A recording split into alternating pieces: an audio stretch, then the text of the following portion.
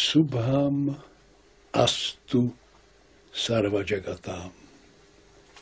Šťastný ať jsou všechny bytosti. Toto vznešené poselství lásky a míru a přání všeho dobra se modlíme denně, ráno a pokud možno i v poledne, ale určitě večer. A vysíláme je do vesmíru všem živým bytostem. Opravdový žák jogy si z celého srdce přeje, aby všechny bytosti byly šťastní, protože bez toho by nemohl být šťastný ani on. On je spojen s nimi, on je jejich nedílnou součástí. Cítí to a žije to. On cítí tu jednotu a vnitřní sounáležitost a proto nejen, že jim denně toto přání vysílá, ale nevynechá žádnou příležitost, aby mohl skutečně také pomoci. I fyzicky pomoci, i psychicky, všemi možnými prostředky. A děkuje Bohu, když mu je to umožněno. Když tuto příležitost dostane v životě. Takový člověk, přátelé, ať je to jogín, anebo nejogín, to je jedno. Ten září láskou do světa a ani o tom neví a rozdává všem to, co je v něm. Štěstí a mír. Protože každý člověk, ať je dobrý nebo zlý, zasluhuje pozornost duchovního člověka. Pozornost proto, že je součástí a přímo řečeno dítětem nejvyššího stvoření, nejvyššího stvořitele. Vždyť není mezi námi rozdílu, to si musíme uvědomit. A jogín to ví. A proto je yoga tak důležitá pro celý svět, aby už konečně došlo k trvalejšímu míru a pokoji na světě. Člověk, který jenom třeba nepatrně zahlédl ten odlesk čistého světla, už se nerad vrací do tmy. A tak doufám, že vy, kteří mě dnes slyšíte a posloucháte, už se také nebudete chtít vrátit nikdy do tmy nevědomosti. Přeji vám to z celého svého srdce. Dnes si ještě, přátelé, ve stručnosti zopakujeme integrální metafyzickou základnu této jogy, abychom ji opravdu porozuměli, abychom na nic nezapomněli, až to budeme cvičit sami. Tak si to tak trošičku sesumírujeme, stáhneme dohromady a osvěžíme jedním velice pěkným cvičením. Pro větší pochopitelnost bych rád začal, jak se říká, od Adama, čili od původu všech věcí. Tak dávejte pozor. Jak už jsme si řekli, původem všech věcí je absolutno. Všech věcí a všech bytostí. To je jediný prapůvod všeho, který vzhledem k světu se může nazvat Brahma po indicku, anebo Atman, jakožto prvek tohoto nesmrtelného života v každém člověku. Všechny věci a všechny bytosti tuto skutečnost obsahují. Od jak živa jí mají a od jak živa jsou jí stvořeny. Nejsou tvořeny ničím jiným. Tato skutečnost dává dohromady tento obrovský sen stvořitele a takto to teď vypadá. Takto my jsme části toho obrovského nekonečného snu a nevíme o tom dosud. A teď už nám trochu svítá. Indické védy to říkají už velmi dávno. Říkají to takto. Všechny soucnosti, oni říkají soucnosti, všechny soucnosti mají 5 charakteristik. Existenci, poznatelnost, čili vědomí, to, co činí člověka vědomím nějakého předmětu, a přitažlivost, to je to blaho neboli láska. A další 2 jsou jméno a tvar. Řečeno v sanskrtu sat, čit, ananda, nama, rupa. 5 charakteristik. To má každá věc a každá bytost a bez toho by existovat nemohla. Ovšem my známe jen ty 2. Ty, které jsou obráceny k světu. To nama a rupa.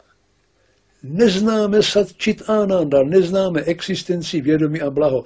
Ačkoliv bez toho bychom nejen nemohli nic pozorovat, ale ani bychom nežili. Bez toho nelze prostě žít, protože to je základna života. Existence, nemít existenci nebudete vůbec.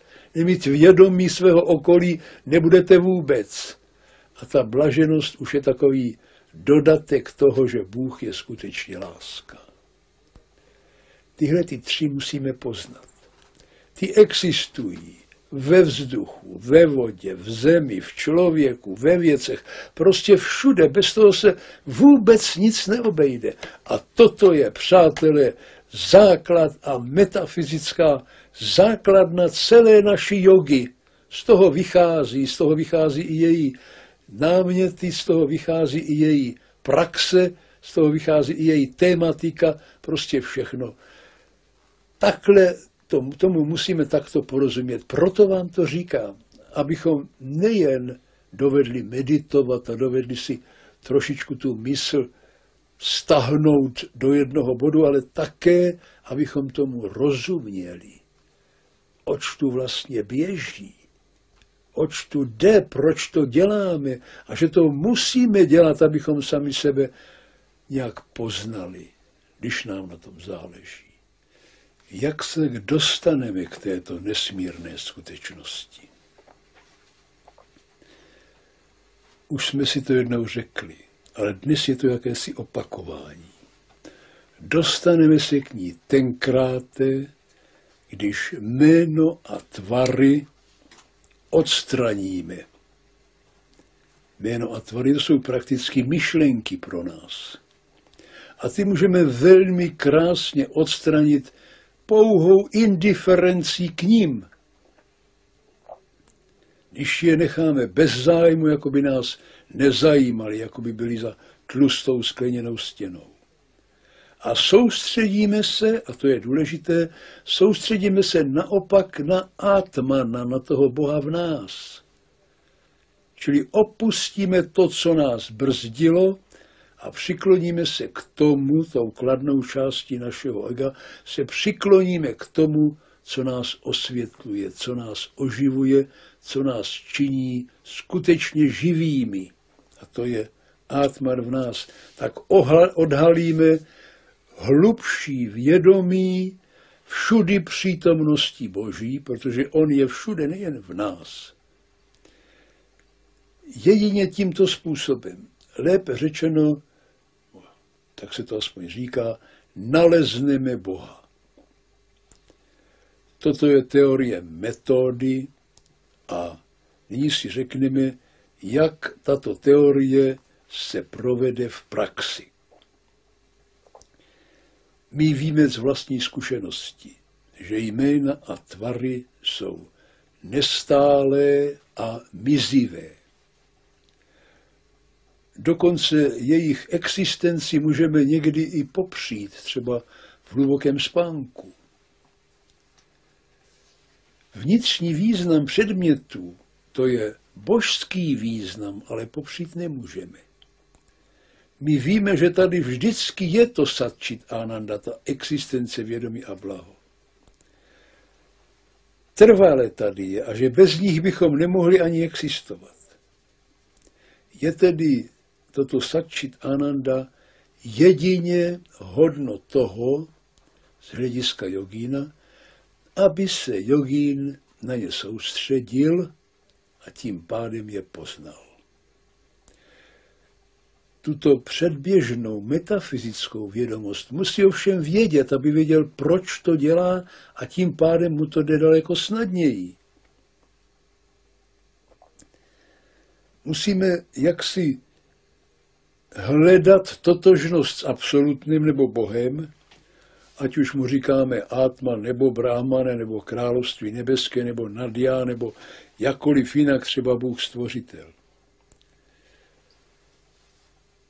To neznamená, přátelé, že bychom se sami stali Bohem.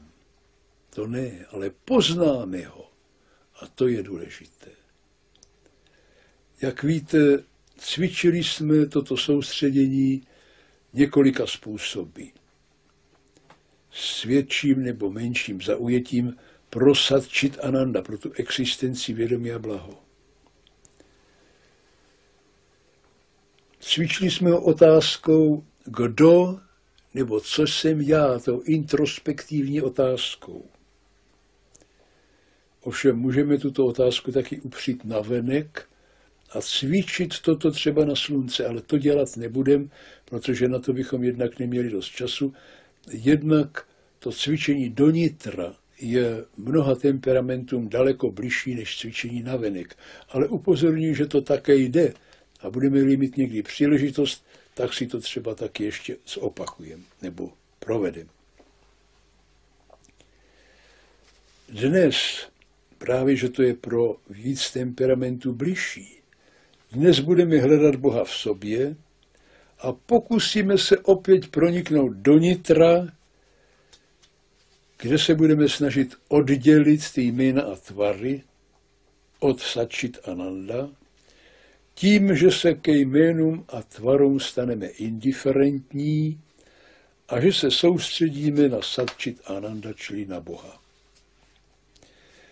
Jména a tvary jsou prakticky myšlenky. Tyto myšlenky jsou pro nás poznatelné předměty v nás. Prakticky nemůžeme žádné předměty vůbec poznat jen skrze myšlenky, to si musíme uvědomit. Nikdo, ani nejzatvrzenější materialista nemůže vidět věci jinak, než že je pozoruje svojí myslí, čili jako myšlenky. Praktický postup je tedy ten, že meditujeme o Atmanu, o tom božském principu, o království nebeské v nás, o tom Nadja, meditujeme jako o své pravé přirozenosti. Zatímco odmítneme ty předměty, ty myšlenky, meditujeme, upřeme pozornost na Atmana a meditujeme o něm jako o své pravé přirozenosti věčné, to zdůrazňují, a stálé. Ona se nemění, zatímco předměty myšlenky se mění. To je yoga. Tyto mentální myšlenky se objeví a zase zmizí, to víme. Nemají stálou povahu, jsou nestálé a iluzorní, ale Atman je stálý. Znova to podtrhuju, protože tyto aspekty je nutno znát. Když to nebudu vědět, tak si udělám mylnou představu o tom Atmanu. A toto musím znát, toto musím vědět. Proto praxe potom vypadá takhle. Kdykoliv se objeví v mysli nějaká myšlenka, stojím k ní indiferentní, jsem k ní indiferentní pokládám ji za předmět, jako by to byl předmět. O Atmanu, o svém pravém jáství však, medituji jako o existenci vědomí a blahu, jako o pravé přirozenosti. A to si prosím zkoušejte. Toto je ta základna jogy, kterou opakuju snad po třetí, ale musíte to vědět a nesmíte na to nikdy zapomínat při meditaci. Myšlenky se sice ještě objevují, když meditujeme, pochopitelně, to nemůžeme se toho zbavit hned. Ten rychlík nezastavíme jen tak snadno. Ale když jim nevěnujeme pozornost, oni postupně mizí. To je jednoduchá cesta, jednodušší už sotva najdete.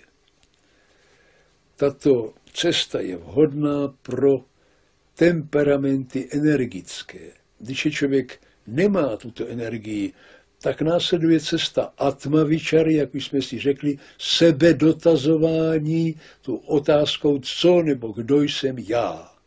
To je pro mírnější temperamenty. Pro silnější je právě toto přesvědčení a meditace o vědomí jako o světku.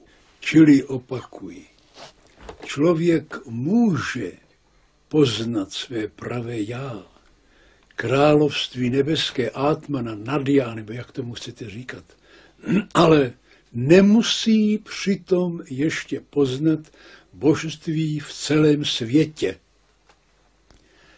Co má tedy udělat? Už jsem řekl, 2 věci.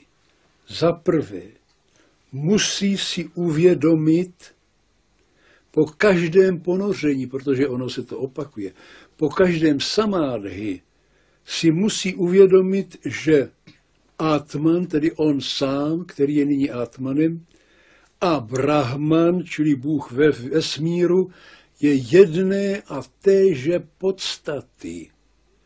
Že jsou to spojené nádoby, že stejné látky, když to není žádná látka, pochopitelně. To za prvé.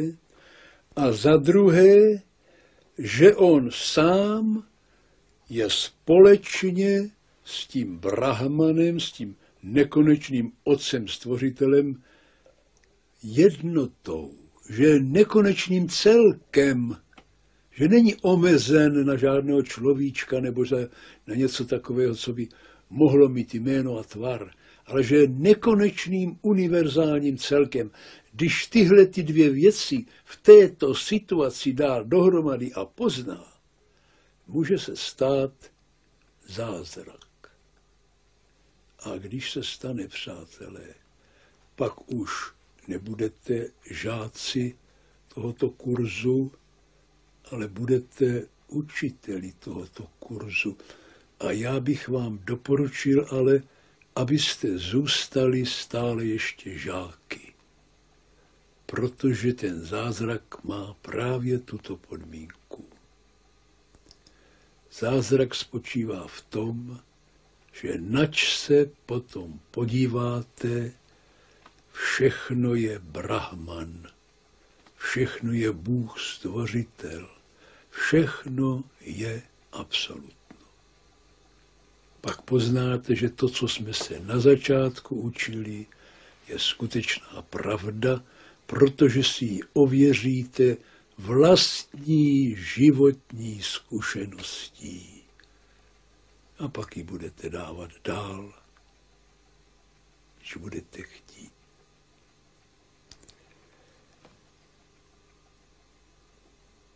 Subham astu sarva jagatam. Šťastný ať jsou všechny bytosti světa. Oh.